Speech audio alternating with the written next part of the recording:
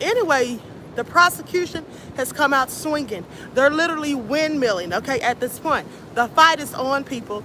We're down to the wire, and they're doing what they have to do. So the prosecution this morning came in with arguments for the judge with objections about some of the evidence that the defense is going to present today. So let's talk about it. Now, first of all, be sure you like and share this video. Subscribe to the channel if you haven't done so already. Okay, so here's the thing. So the defense is going to present evidence and exhibits today, basically. And the prosecution was complaining about text messages from Cassie to Diddy, where Cassie is saying that she wants to have sex with Diddy. Okay, they're saying that its cumulative value does not meet, or it's not the equivalent of the probative value. Okay, the judge then questions the reason for their objection when Cassie was said to have been forced and coerced into having these freak-offs or whatever.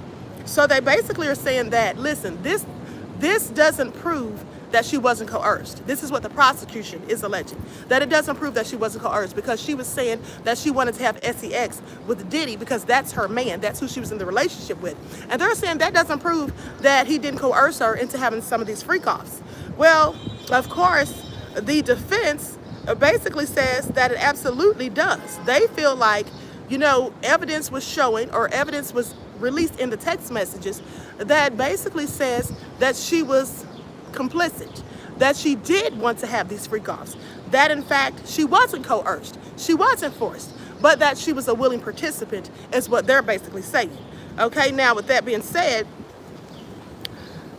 they also objected to a few other points. The prosecution argued before court saying that they basically were complaining about Cassie's rug use, okay? How she claimed during testimony, now she actually testified to this on the stand, that, you know, Diddy asked her, or this was also in text messages, Diddy asked her if she could have the freak-offs without being high on illegal substances. And she said yes, that she absolutely could, okay? That she could have these freak-offs and she didn't need to be, you know, plied with copious amounts of illegal substances, that she didn't have to be high, that she could do this while she's in her right mind. Okay, now the reason this is important is because the prosecution is trying to say that the rug use is part of the coercion enforced by Diddy, that he was giving her these illegal substances so that she in fact would be more willing to participate in the freak-offs. The defense is saying she testified that she didn't have to have the rugs. There's text messages where she said she didn't have to have these illegal substances. Okay, now that kind of went back and forth, okay? She claimed during testimony that the rugs affected her and allowed her to engage in freak-offs, but basically said that she probably wouldn't have done these things without being on the rugs. But the text messages say the opposite of that.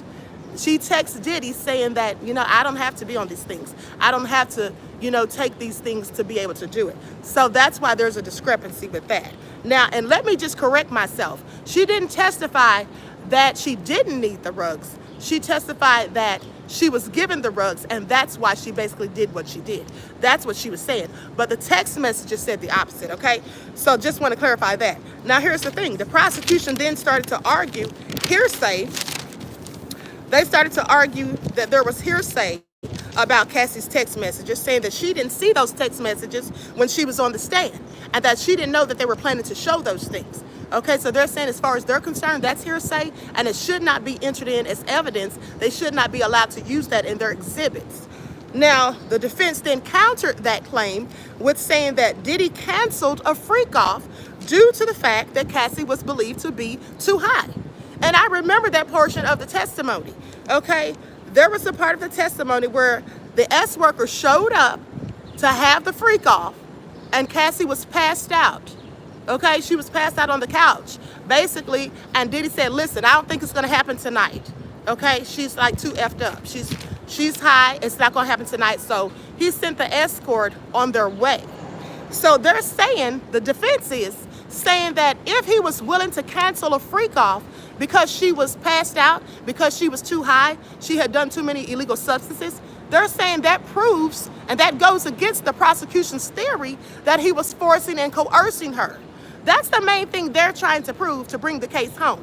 they're saying, listen, if they can prove that Diddy was coercing and forcing her, that means that he was trafficking her. So the only way for the defense to debunk that is to in fact say that Cassie knew what she was doing, that she was a willing participant, and that she wasn't, you know, that he was not just giving her these substances to make her do these things. Because when he felt that she was incoherent, when he felt that she was not in her right frame of mind, he would not allow it to go on. He stopped it.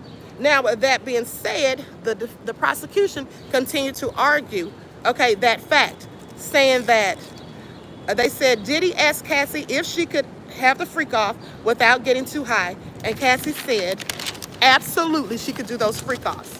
So they're going back and forth. Like I said, they're out here windmilling. Everybody is throwing everything into the frying pan and just trying to see what they can get. Because at this point, they know that people are divided. They know that the jury may not be convinced. So they're doing everything they can do. And they're objecting to a lot of this evidence that the defense wants to bring in today. So the judge asked why she needed to be cross-examined on it, because the prosecution said they didn't bring this up to Cassie when she was on the stand. She doesn't know that they're going to use this text message to try to debunk what she said. And they're basically trying to stop it, but the judge says, well, hey, listen, here's the problem with that. If this shows that she said something different than what she said on the stand, why does the defense, or why did the defense need to cross-examine her on that? Okay, so he basically overruled that objection. Alejandro, thank you for your contribution to the channel, beloved. I appreciate you. Peace, love, and blessings. So basically, the judge overruled the prosecution on that. Then the prosecution objected to text messages where Cassie says that her bank account needed to be right and that she needed the right team. Now, they said the defense wants to imply that Cassie had a financial incentive. Okay, and this is from a text message that she sent to Diddy in 2017. So the prosecution said this is prejudicial. It should not be entered into evidence. They're trying to say that she had a financial incentive and that she wasn't coerced. And they're trying to say that she wanted to do these things because she was getting paid, because Diddy was taking care of her, and that she was complaining about money and all of these things. Now, the judge then said, well, that could go either way, because they could also say, the prosecution that is, that this financial motive that the defense is implying could lend credence to the fact that the defense or the prosecution is saying that Diddy was holding stuff over her head. Like, this is part of the coercion. He's saying that's how it also plays into it, because the defense saying that he wasn't coercing her and that she wanted money, but the prosecution saying the fact that she needed money, was asking for money, that's how Diddy was able to coerce her, because he knew that she needed and wanted the money. So that's their argument. Are y'all listening? Hey, Mims, follow him on Make It Make Sense. Hey, beloved. Okay, so do you all see how that plays into it? So they are fighting for their lives. I want you all to pay attention. This is going to get real juicy. Now, with that all being said, they then say that the defense wants to imply Cassie was demanding money in April of 2017. The judge says it's sustained on the grounds of hearsay. So he's not going to allow that to be entered in as evidence. Now, me personally, I think that it should have been entered in as evidence, because that text message directly contradicted what Cassie testified to on the stand. Now, the prosecution then argues and objects to text messages about Diddy saying that they need couples counseling. Okay, they said they deem it as prejudicial, and then the defense says, well, that's relevant because it goes against the prosecution's argument that Diddy was coercing her. See how they keep trying to debunk the coercion? Because they're trying to get rid of that trafficking charge. Okay, please pay attention, because it can carry a life sentence. Now, that being said, their argument was, if Diddy was asking Cassie, saying to her, we're both doing too many illegal substances, we're both getting violent with one another, engaging in toxic behavior, and we need to sit down and talk to somebody. We need to have counseling. They're saying that proves that he wasn't forcing and coercing her to do anything, because he was trying to get help for both of them, because he knew at this point that they both had been taking too many illegal substances, and that was a reason for their nefarious behavior. That's what they're saying. Now, with that being said, of course, the prosecution objects and they don't agree. And here's the thing. They're saying Cassie, the defense is saying that Cassie refused to get couples counseling. And the fact that she refused and said that we don't need somebody to come and talk with us, we don't need somebody in the